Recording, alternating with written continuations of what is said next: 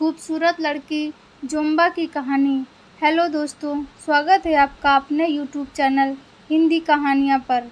जोम्बा एक खूबसूरत युवा हुआ करती थी। एक बार वह पड़ोस के गांव में रे हिंदू मुस्लिम जनजाति का एक उत्सव मनाने के लिए गई। वहां उसने खूब मस्ती की।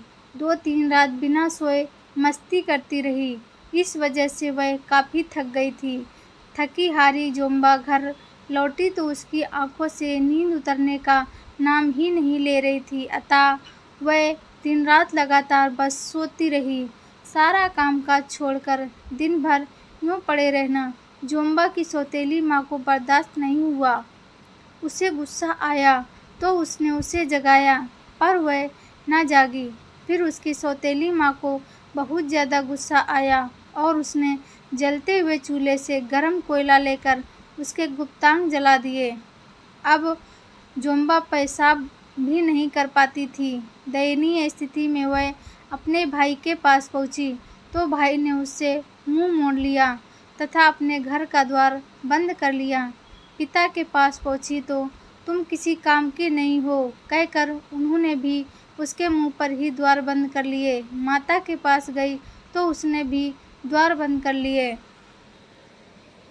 जीवन से निराश होकर अंततः जोम्बा ने आत्महत्या करने का फैसला किया। जोम्बा बहुत धनी थी।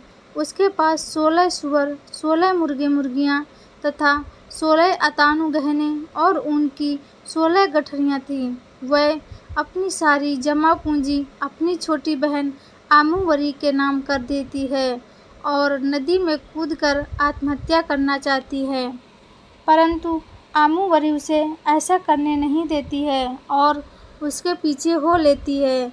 आमुवरी रोती है और कहती है कि वह उसे छोड़कर ना जाए, किंतु जोम्बा ने दृढ़ निश्चय कर लिया था।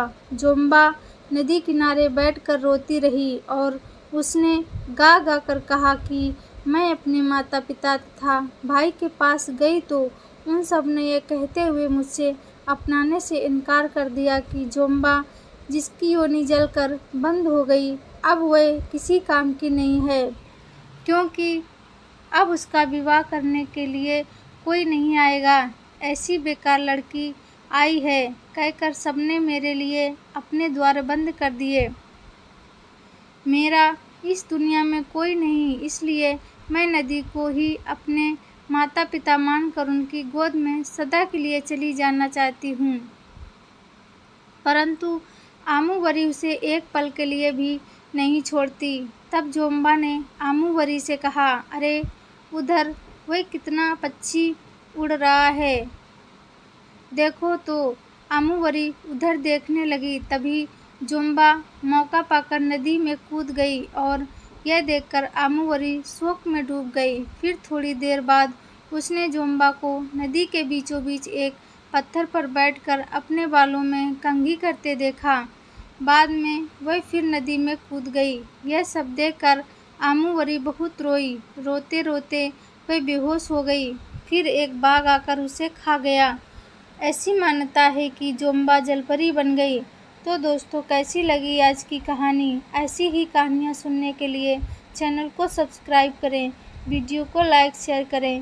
वीडियो देखने के लिए धन्यवाद।